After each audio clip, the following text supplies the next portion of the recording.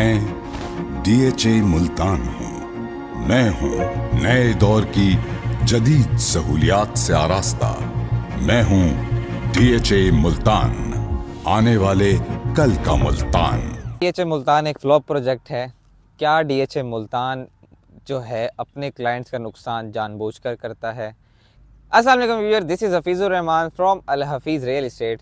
आज तक आप लोगों ने मेरे मुंह से सिर्फ पॉजिटिविटी सुनी है डीएचए मुल्तान के हवाले से, जो कि बनती भी है क्योंकि उन्होंने एक ऐसा इंफ्रास्ट्रक्चर मुहैया किया है मुल्तान शहर में जो कि अभी तक किसी ने नहीं किया। लेकिन अभी कुछ टफ़ सवालात हैं क्योंकि 2025 का साल आने वाला है और दिसंबर तकरीबन ख़त्म होने वाला है और 2024 का साल बहुत ही बुरा रहा है डीएचए मुल्तान के लिए। बुरा मैं ये कहूँगा कि प्राइसेस और मार्केट की कंडीशन के हवाले से रहा है। अलबत्ता बहुत से एस्पेक्ट्स में इसने फिर भी काफ़ी ज़्यादा ग्रो किया है।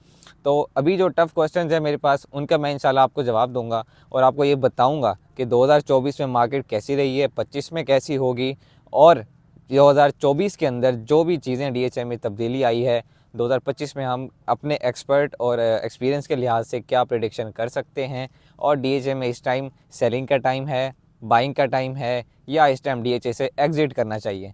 तो ये सारे हवाले से मैं आप लोगों को पहले भी गाइड करता रहता हूँ, लेकिन आज का ये व्लॉग बहुत इंपॉर्टेंट होगा तो मैं आप सबको कहूँगा कि व्लॉग एंड तक लाजमी देखें।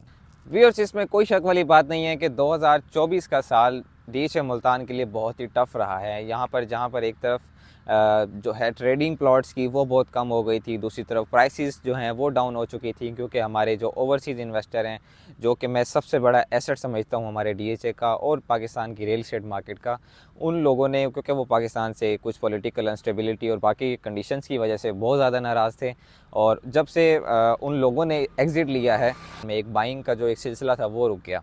एक तरफ ट्रेडिंग कम हुई है, दूसरी तरफ प्राइसेस भी डाउन हो चुकी थी। जो जिन लोगों ने हाई प्राइसेस के ऊपर बाइंग की थी उन लोगों को काफ़ी ज़्यादा लॉस हो रहा था। But at the same time DHA ने अपना रोल किस तरह निभाया? डीएचए ने डेवलपमेंट को बूस्ट किया। डेवलपमेंट डीएचए में इस तरह से बूस्ट की कि आते ही जो हमारे नए पीडी हैं उन्होंने सेक्टर एम का मॉडल सेक्टर बनाया, उसके अंदर उन्होंने फुल पेस डेवलपमेंट की। उसके बाद उन्होंने बाकी सेक्टर्स को कवर करना शुरू किया, लिवेबिलिटी की तरफ अपने स्टेप्स को उठाना शुरू किया। जो न्यू पोजीशन थी उनको थोड़ा सा पोस्टपोन करके जो ऑलरेडी पोजीशन सेक्टर्स है उनके अंदर डेवलपमेंट में बहुत तेज़ी से उनको डेवलपमेंट करना स्टार्ट कर दी। अब यहाँ पर दो चीज़ें हैं। पहले ये होता था कि प्लॉट्स की ट्रेडिंग होती थी, वैल्यू एडिशन नहीं थी। रेल तो व्यूअर्स, वैल्यू एडिशन कैसे हुई डीएचए मुल्तान के अंदर कि डेवलपमेंट स्टार्ट हुई, कमर्शियल्स बनना स्टार्ट हुए। अभी भी आप अगर देखें तो मैं सेंट्रल स्क्वायर में खड़ा हूँ इस वक्त, जो कि one of the centralised commercial hub है डीएचए मुल्तान का, और मेरे बैक साइड भी आपको जो कमर्शियल नज़र आ रही हैं 8 मरला के कमर्शियल हैं, one of the expensive commercial plots हैं डीएचए के। तो डेवलपमेंट में डीएचए में किसी ने किसी तरह की कोई कमी नहीं छोड़ी। इसी तरह हमारे जो मुल्तान की पॉपुलेशन है उन लोगों को भी ये इंफ्रास्ट्रक्चर पसंद आया और समझ आया कि ये मुल्तान का फ्यूचर है, क्योंकि यहाँ पर सारे बैंक्स शिफ्ट हो रहे हैं, सारे स्कूल शिफ्ट हो रहे हैं, इंस्टीट्यूट शिफ्ट हो रहे हैं, बिज़नेस कम्युनिटी शिफ्ट हो रही है। इसी एज वेल एज जो रेजिडेंट्स हैं उन लोगों को एक अफोर्डेबल और लग्जरी लिविंग का एक्सपीरियंस मिल रहा है। अब जब मार्केट डाउन थी 2024 के अंदर लोगों ने लॉसेस किए, इसमें कोई शक वाली बात नहीं है। मैं अभी भी रिकमेंड करता हूँ और मैं पूरा साल मैं चीख के लोगों को कहता रहा कि प्राइसेस डाउन हो चुकी हैं, आप काइंडली बाइंग कर लें, ये बाइंग का टाइम है।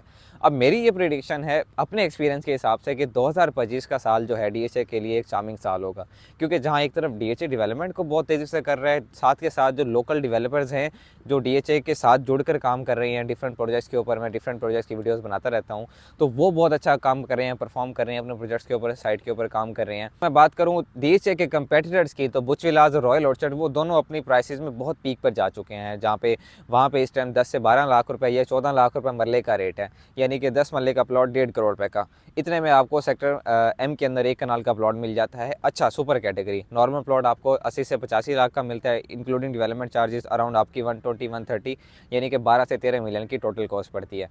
तो जितने में आपको वहाँ पे 10 मरला मिलता है उतने में यहाँ कनाल मिलता है, और इसमें कोई शक वाली बात नहीं है कि यहाँ का इंफ्रास्ट्रक्चर वहाँ से कहीं ज़्यादा बेहतर है।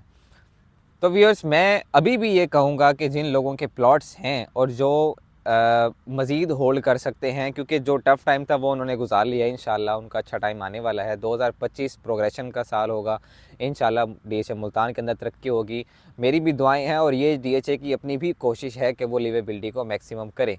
तो जितने लोगों के प्लॉट्स हैं वो इसको चाहें तो होल्ड करें, मेरी ये रिकमेंडेशन है। इसके साथ साथ जो लोग बायर हैं, जो इन्फॉर्मेशन सीकर हैं, उन्हें मैं ये लाजमी रिकमेंड करूँगा कि इस टाइम बेस्ट टाइम है। सबसे ज़्यादा DHA की हिस्ट्री में अफोर्डेबल टाइम इस वक्त है। 2017 में भी यही टाइम था, लेकिन उस वक्त DHA अपने बहुत ही अर्ली स्टेजेस पर था, DHA में डेवलपमेंट नहीं थी। अब तो DHA में आपको हर चीज़ मिलती है। आप अगर रिंग रोड के अंदर हैं तो आपको पोजीशन सेक्टर्स मिलते हैं, बड़े बड़े मेगा कमर्शियल आउटलेट्स जो बन रहे हैं मिलते हैं। सेक्टर M के अंदर आप आ जाएँ तो वहाँ पर बहुत ज़्यादा ज़बरदस्त किस्म की आबादी है, फैमिलीज़ रह रही हैं। तो मैं अभी भी रिकमेंड करूँगा कि आप लोग DHA के अंदर बाइंग करें, चाहे वो कमर्शियल्स के अंदर करें, रेजिडेंशियल के अंदर करें या अपार्टमेंट्स के अंदर करें। इसी तरह जो लोग सेल करना चाहते हैं तो मैं कोशिश करूंगा आप दिए गए नंबर पर रब्ता करें तो आपको मैं अच्छे से अच्छा रेट दूं और आपके जो भी आपकी क्यूरीज़ हैं उनको पूरा करूं। इसी तरह मैं कोशिश करता हूं कि अपने तमाम क्लाइंट्स को information time to time update करता रहूं। तो व्यूअर्स, रेगुलर इन्फॉर्मेशन को हासिल करने के लिए मेरे चैनल को सब्सक्राइब करें और दिए गए नंबर पर रब्ता करें, ताकि आपको एक अच्छा और वैल्यूएबल कंटेंट भी मैं पहुंचाता रहूं और आप लोगों को एक अच्छा मशवरा भी देता रहूं कि आप लोगों को, अगर आप ओनर हैं, सेलर हैं या बायर हैं, दोनों सूरतों में आपको क्या आपके लिए बेहतर हो सकता है।